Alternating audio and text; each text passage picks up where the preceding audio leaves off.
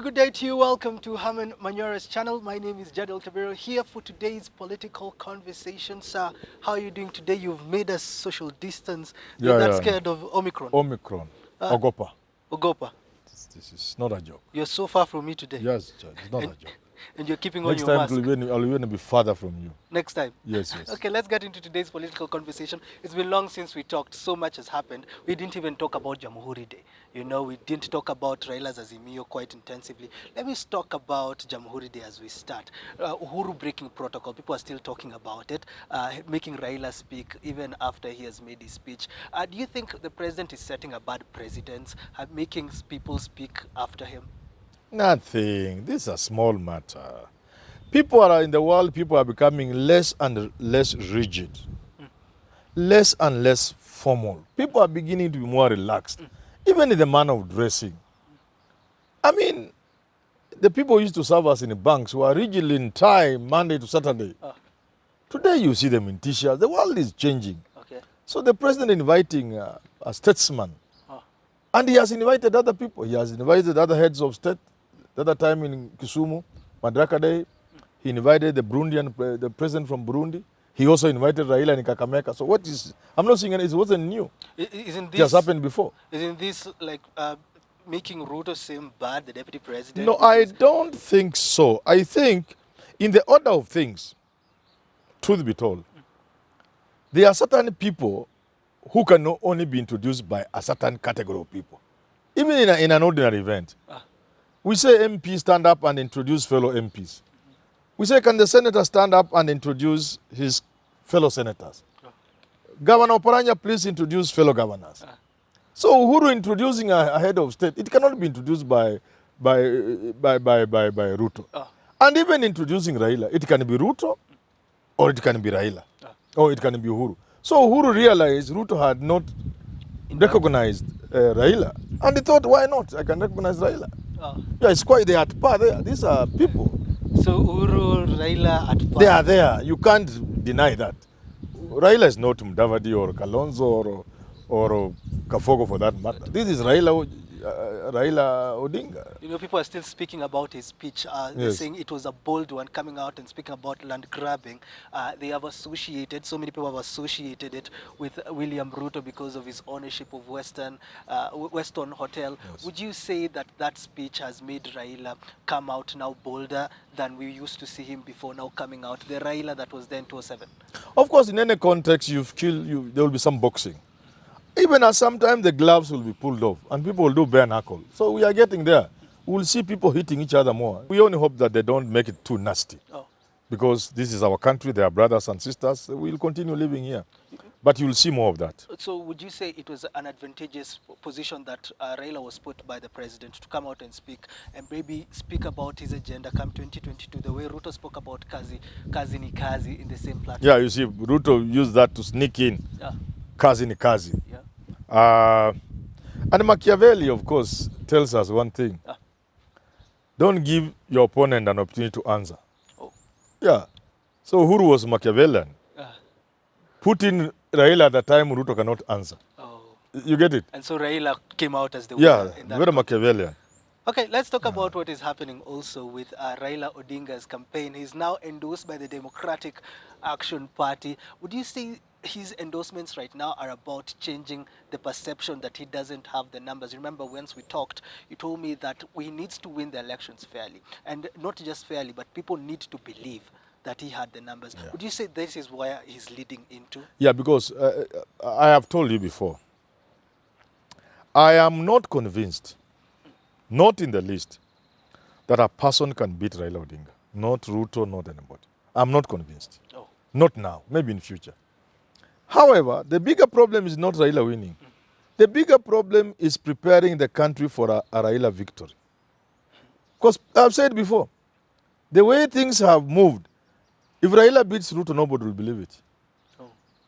I gave an example of BBI. BBI was going to pass with flying colors. Even in the referendum? Yes. But nobody would have believed it has passed. Because there were things inside there that would make the people of Nyeri vote. Yes, all of them. Because if they fail to vote, 2022, 3 constituencies disappear from the map of Kenya.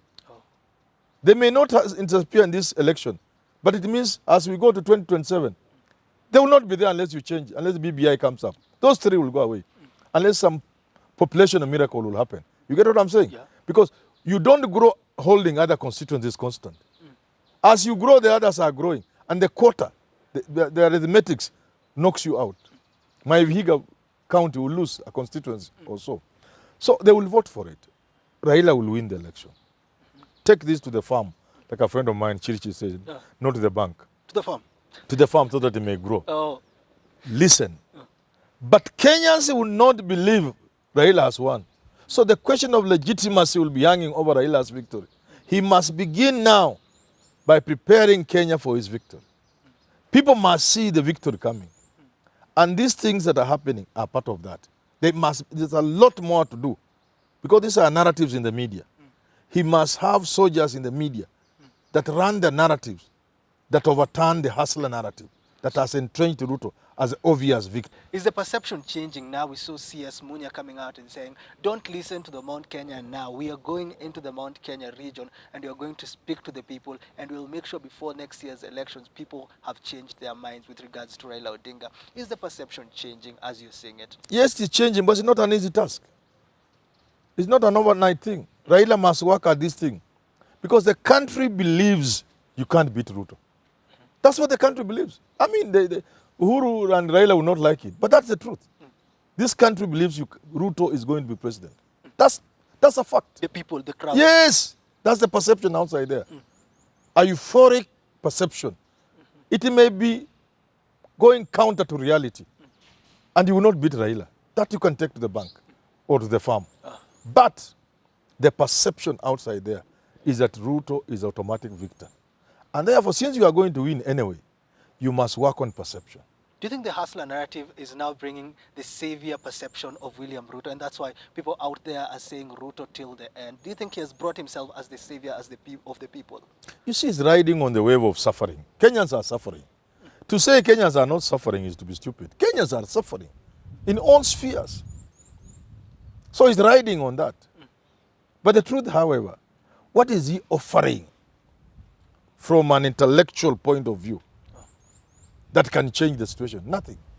But you see, the voter is not interested in that. The voter is carried away by the populist sloganeering. Bottom up, 100 billion. If you ask Ruto, how can 50 billion create 4 million jobs? How? Just how can it even create 400,000 jobs, 400 jobs? Tell me how. He will not tell you. But it is popular on the ground. It has worked throughout history. So for now, Ruto... That's why I'm saying, in terms of the absolute numbers, Raila will get them. But he must prepare the country for his victory. They must believe in that victory. And therefore, going back to your question, yes, attempts such as those of the launch of the party yesterday that supports him, people like Munya coming up, the Mbas, and a host of other small parties and serious regional leaders coming up to beef his campaign, is an attempt and a good way of showing that yes, we are going to win. But he will need to do much more than that. What do you think is the introduction of the Democratic Action Party going to make into Raila's presidency, Raila's race? Do you think the dynamics have now changed? People are saying that he's not looking at Moses Wetangula, he's not looking at Musalia Mudavadi. Do you think dynamics are now changing to look for the smaller ones, the smaller people in these regions that can be able to outweigh Musalia and Wetangula? Yes, one of the reasons why people are writing off Raila is that he has lost Wetangula, Mudavadi, Kalonzo. So if you have lost these people, they forget that in 2013, he lost Balala, he lost Ruto, he lost Mudavadi, the Pentagon team, he lost Nginlu. But he had Uhuru. Only 8,000 stood between Uhuru and a runoff. Yeah. COD. So they are forgetting those things. They are forgetting that in 2017, they were counting he had lost even Kalonzo, but finally came up with a team. However, let's stay with what they think. They are saying Raila is finished because he has lost Kalonzo, Mudavadi, Wetangula, and therefore he will lose. So bringing in other forces like those DAP is to counter that narrative. Oh. So it is really working at a perception level. So do you think these parties now have been formed by Raila Odinga so that they can support him later on? Are they projects? I remember you had that conversation on TV. Yeah, yes, I was there on TV. I think Citizen TV Yeah. the other day, I Yeah. think. What I was saying is, I don't choose to see them as projects. I choose to see these as political moves. This is politics, for heaven's sake. We are in politics. Oh. And people are making political moves. If you want to call them projects, that's your problem. Oh. When they will hit you, don't cry. It doesn't matter where it came from. Well, as long no, as whether the they hit are came. projects, but they are political moves. Oh. When your opponent makes a move, you must see it as a strategy. Oh. A move. How would you counter that move? You don't counter it by saying it's a project. No.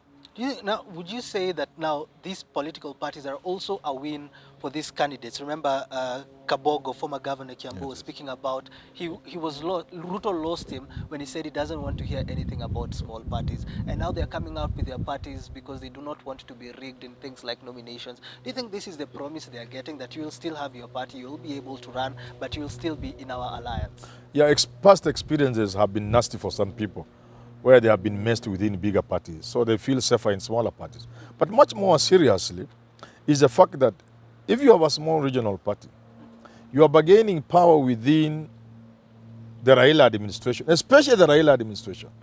The Raila administration will be an administration put together by small little groupings. You will have your say there.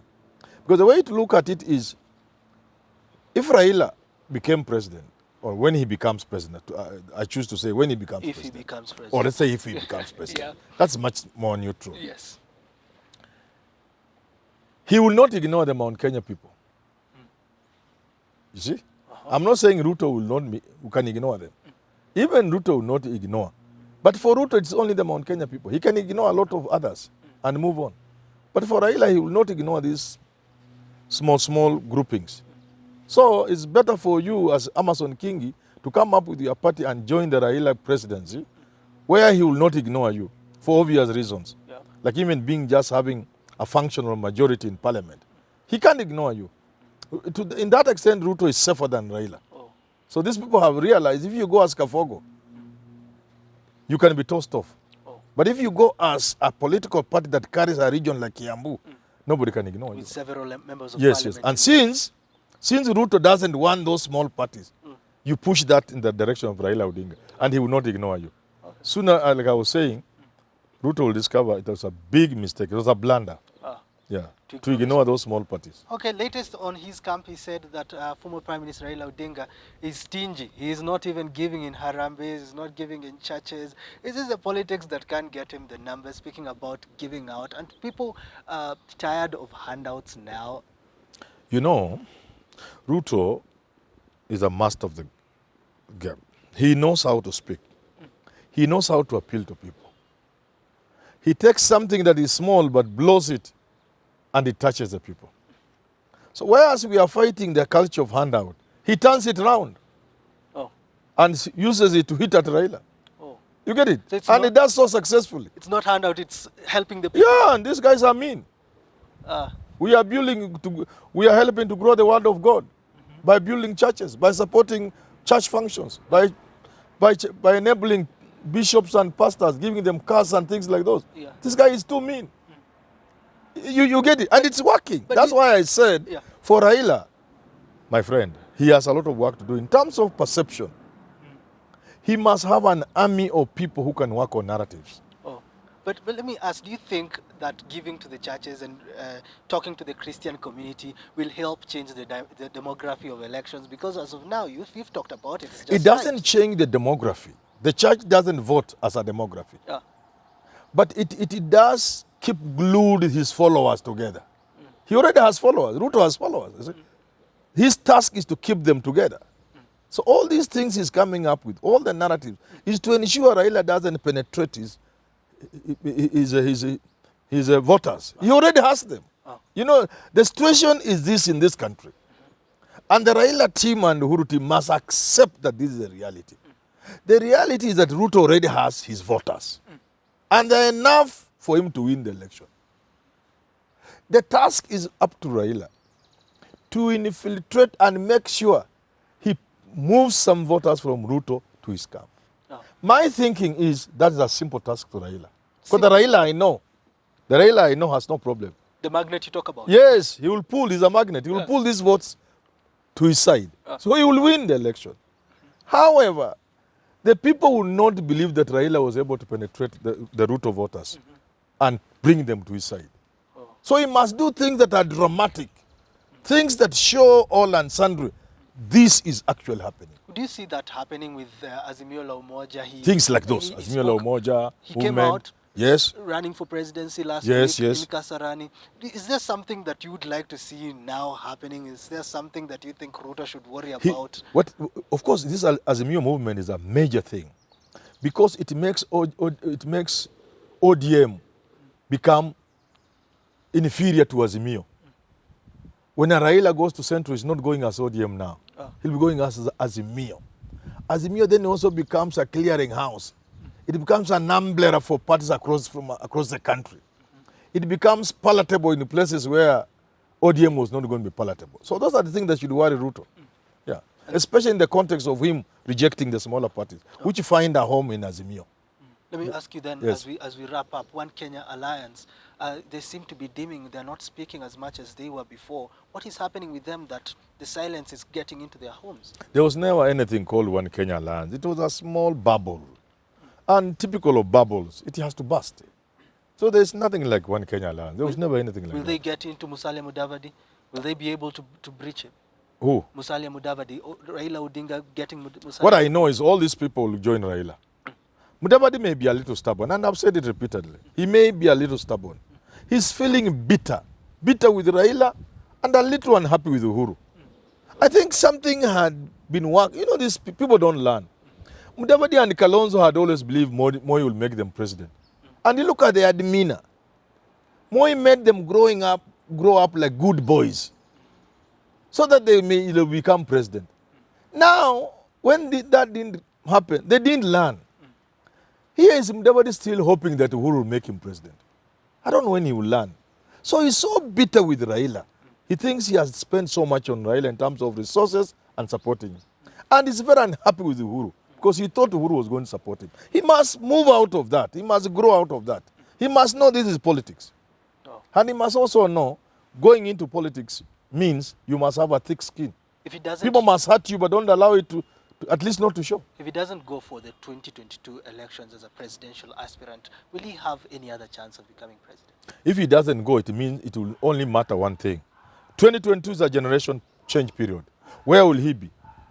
If he's not with the winning team, obituary, finished. Okay, let's wind the conversation there. Obituary finished. Well, thank you so much for tuning in to today's conversation on politics with Herman Manyora. Until we do have these conversations again, have yourself a lovely, lovely rest of your day.